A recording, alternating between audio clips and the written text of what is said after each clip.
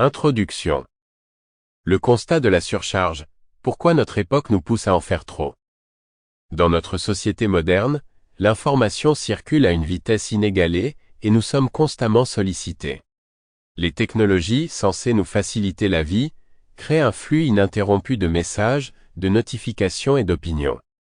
Les outils de communication, au lieu de nous libérer du temps, finissent parfois par nous en demander toujours plus, répondre plus vite, produire davantage, être présent sur plusieurs plateformes simultanément. Cette abondance d'opportunités et d'informations déclenche une forme de pression sociale et professionnelle. Nous voulons tout faire, tout voir, tout savoir, de peur de rater quelque chose ou de passer à côté d'une occasion.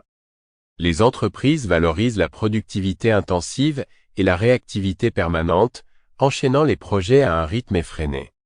Les réseaux sociaux, quant à eux, nourrissent un sentiment de comparaison et de compétition, nous incitant à multiplier les activités et les accomplissements pour rester dans la course.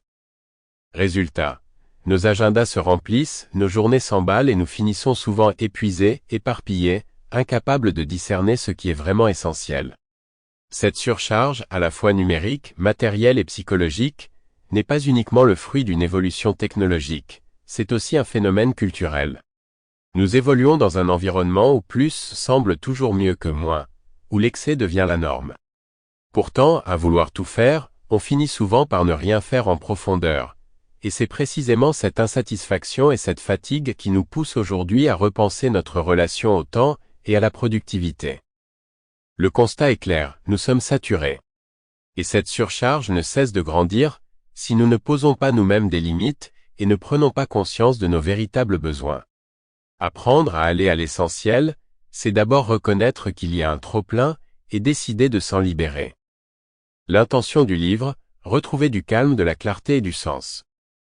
Face à la pression constante, à la vitesse effrénée et à l'abondance d'informations, ce livre a pour mission de vous aider à renouer avec l'essentiel.